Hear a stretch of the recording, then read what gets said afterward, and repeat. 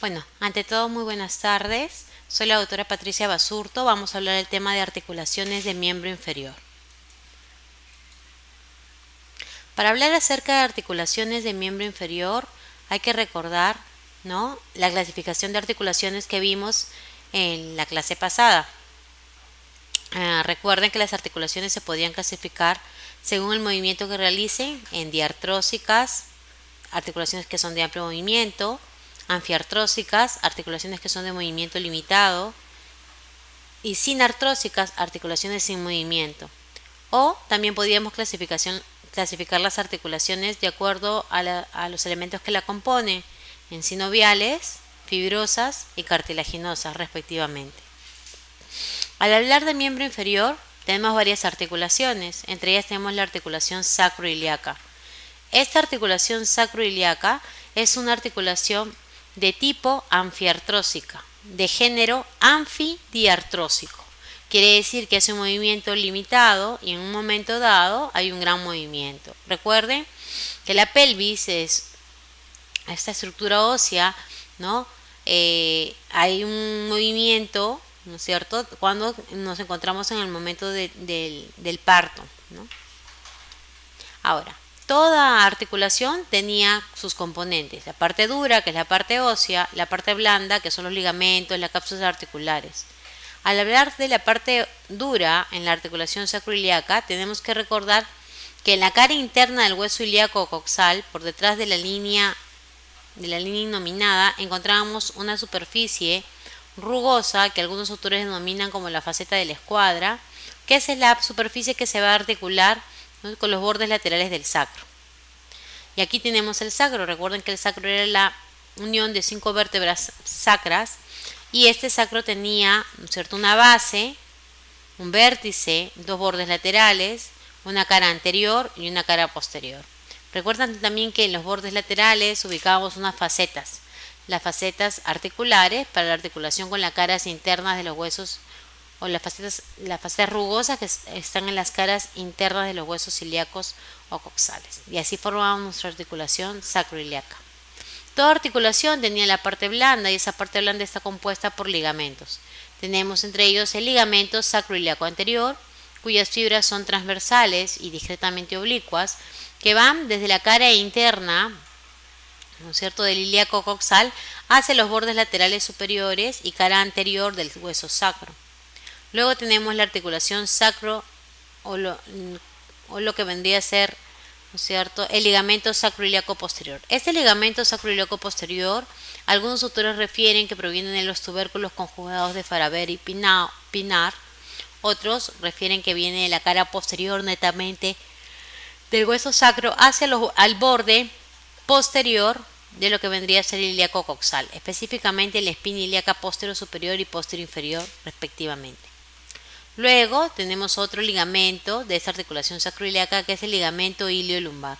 El ligamento iliolumbar, como su nombre lo indica, viene de la región del ilion, o sea, cresta ilíaca, el tercio posterior, y va hacia la apófisis transversa de la vértebra lumbar, de la quinta vértebra lumbar. Ese es el ligamento iliolumbar. Luego tenemos también el ligamento sacrociático mayor. Este ligamento sacrociático mayor viene de los bordes laterales del sacro, ¿no?, y va a dirigirse hacia el isquion. Y luego tenemos el ligamento sacrociático menor, que viene también de los bordes laterales del sacro y de las primeras vértebras coxigias hacia la espina ciática. Recuerden que cuando hablamos del ilíaco coxal referimos escotadura ciática mayor, escotadura ciática menor y los elementos anatómicos que atraviesan ella. Estos ligamentos sacrociático menor y sacrociático mayor respectivamente circunscriben lo que ya conocemos, ¿no es cierto?, como las escotaduras sacrociática mayor y escotadura ciática menor. Recuerden que por estos elementos pasaban paquetes vasculonerviosos, ¿no?, recordando que en la escotadura ciática mayor o sacrociática pasa el músculo piriforme o piramidal de la pelvis, el van glúteo, la arteria pudenda interna, ¿no?, y el nervio pudendo también respectivamente. Y por aquí, en la escotadura ciática menor, ¿no?, regresaba la arteria pudenda interna y salía el músculo obturador interno, ¿no? Otra articulación que forma parte de esta pelvis ósea es la sínfisis pubiana. Esa sínfisis pubiana es una articulación de tipo anfiartrósica, anfidiartrósica.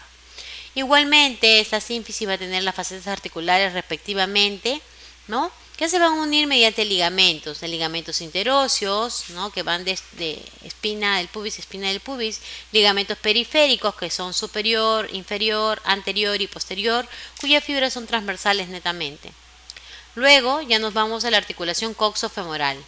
La articulación coxofemoral es la articulación que se da entre el hueso coxal, la cara externa de él, donde encontramos el acetábulo o cavidad cotiloidea, con la cabeza del fémur.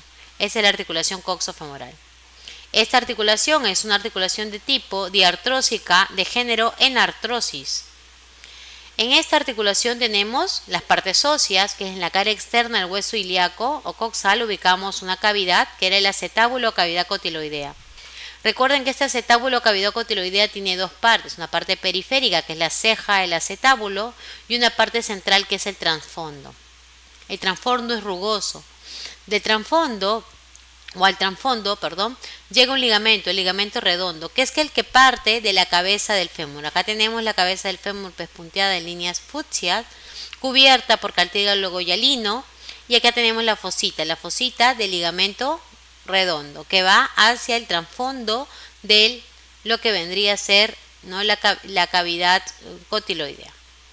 ¿No? Tenemos, recuerden, toda la cabeza, en este caso del fémur, descansa sobre un cuello, es el cuello anatómico, ¿no? Y este cuello anatómico, ¿no?, en la base, si quieren por así decirlo, o el límite, ¿no?, tenemos la cresta o línea, intertrochanteria anterior, algunos la denominan así, sobre todo los americanos, y la línea, o más conocida como cresta intertrochanteria posterior, ¿no?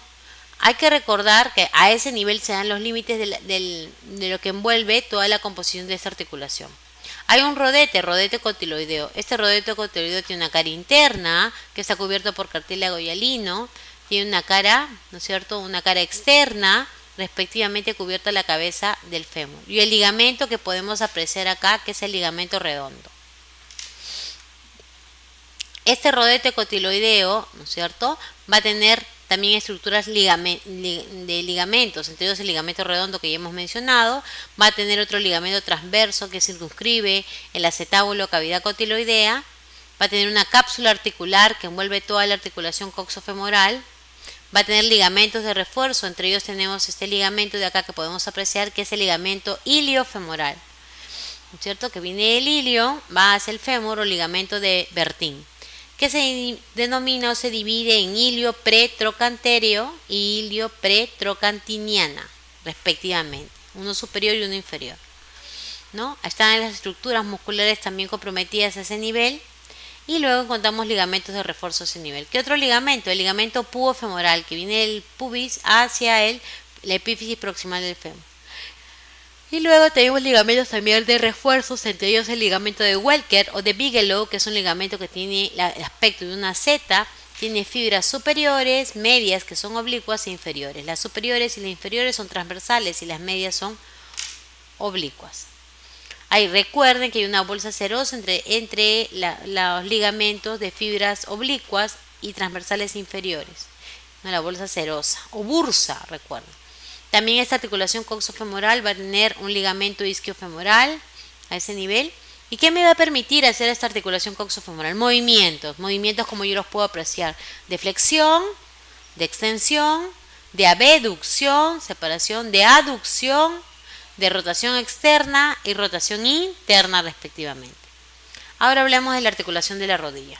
La articulación de la rodilla está compuesta por los cóndilos del fémur, ¿no? Está compuesta por los platillos tibiales de la tibia y por la patela o rótula. Todas las estructuras óseas compuestas en esta articulación de la rodilla están cubiertas por cartílago hialino. Hay que recordar que en la cara superior de los platillos tibiales ubicamos unas estructuras conocidas como meniscos. Y aquí viene la salvedad que hemos hablado en las primeras clases. Recuerden que toda articulación tiene meniscos, pero que los meniscos más conocidos son los meniscos de la rodilla. ¿Qué tipo de articulación es la rodilla? La articulación de la rodilla es la articulación diartrósica troclear. Pero recuerden que la articulación femorotibial La articulación femorotibial es una diartrósica bicondilia. Muy bien, acá observamos lo que vendría a ser el fémur, la epífisis distal, donde tenemos los cóndilos, ¿no? Y miren, observen que los cóndilos, tanto en la cara anterior, inferior y posterior, están cubiertos por cartílago hialino. Ahí está, tenemos cóndilo lateral o externo, cóndilo medial o interno, y tenemos una escotadura, la escotadura intercondilia. Luego tenemos también a la patela o rótula, que es una estructura ósea, ¿no? De una pirámide invertida, base superior, vértice inferior, cara anterior convexa, cara posterior con una cresta en la parte central y cubierta por cartílago hialino. Y luego tenemos la epífisis proximal de la tibia, lo que se denominan los platillos tibiales.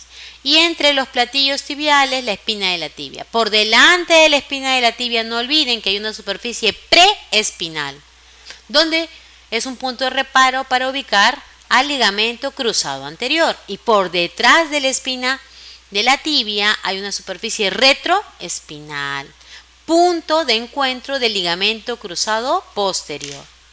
Muy bien.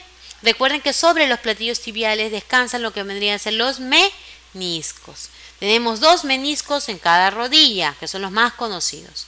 Menisco interno, menisco externo. El menisco externo tiene forma de O o de C cerrada.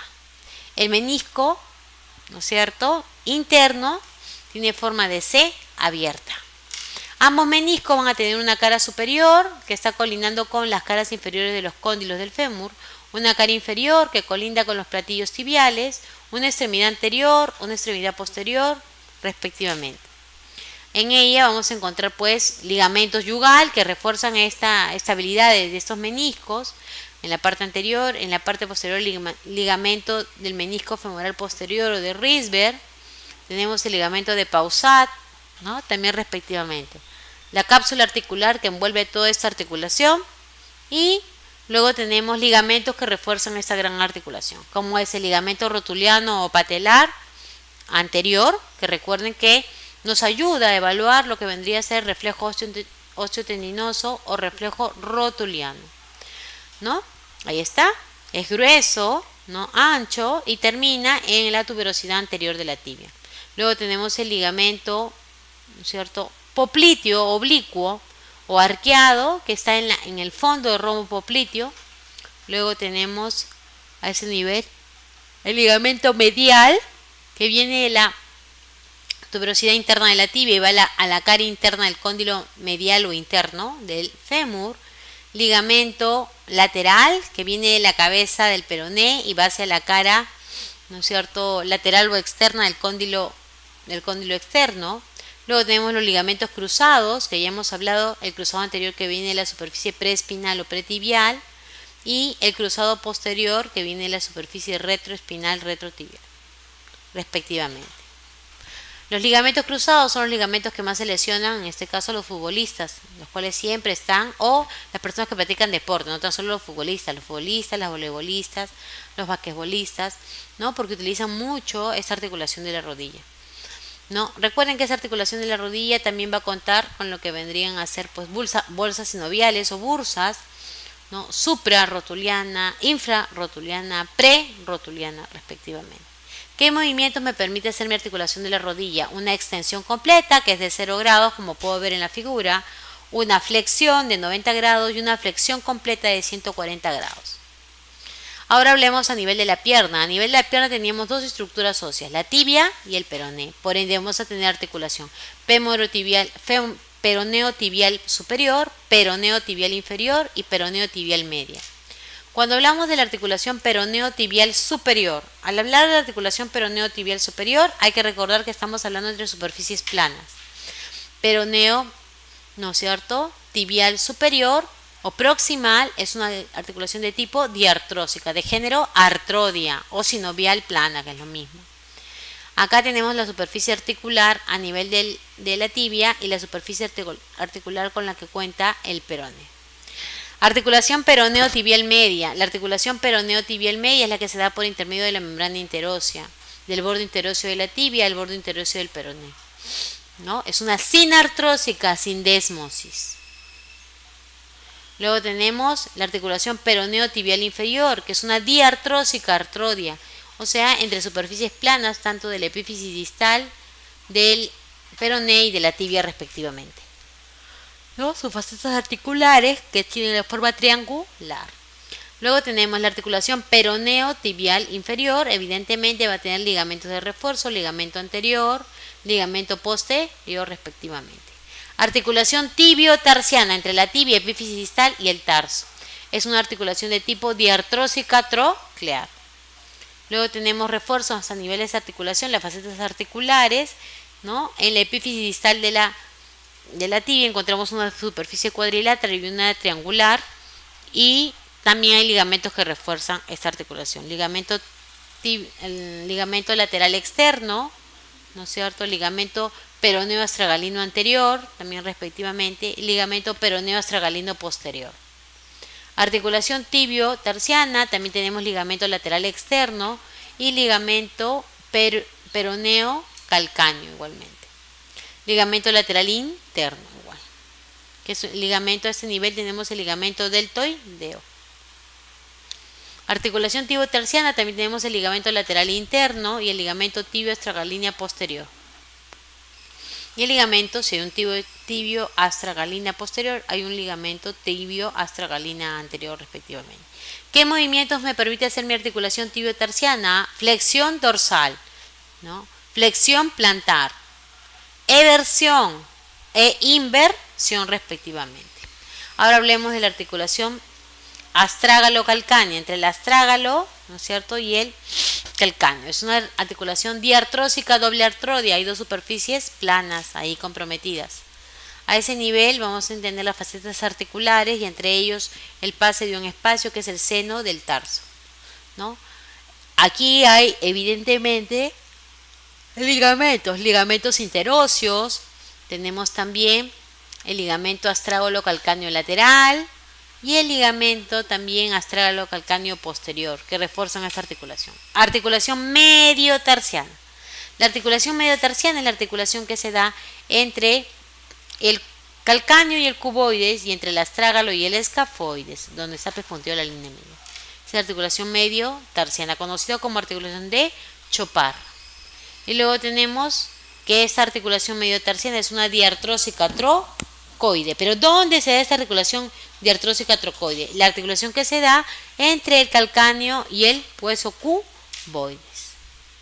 La articulación medio-tarsiana que se da entre el astrágalo y el escafoides es una articulación de tipo diartrósica en artrosis, que es la medio-tarsiana medial, si quieren. La articulación escafocuboidea entre el escafoides y el cuboides respectivamente es una articulación diartrósica artrodia, entre superficies planas. La articulación, a esta articulación tiene ligamentos, ligamento dorsal, ¿no?, ligamento plantar y ligamento interóseo respectivamente. Articulación escafocuneal entre el escafoides y las cuñas, recuerden que son tres, es una diartrósica artrodia. Articulación escafocuneal, tenemos ligamentos dorsales y ligamentos plantares respectivamente. Articulaciones intercuneales entre las cuñas, que son diartrósicas artrodias o planas. Entre las cuñas se da esa articulación. Hay ligamentos dorsales y ligamentos plantares. Articulación cuboideo-cuneal entre el cuboides y la tercera cuña. También es una diartrósica artrodia. ¿Ya? Y respectivamente los ligamentos dorsal, plantar e interóseo. Luego tenemos articulación tarso-metatarsiana entre el tarso y lo que vendría a ser los epífisis proximales de los metatarsianos, que es una conocida como articulación de Lisfranc. Ahí lo podemos ver. ¿Qué tipo de articulación es esta? Es una diartrósica artrodia respectivamente.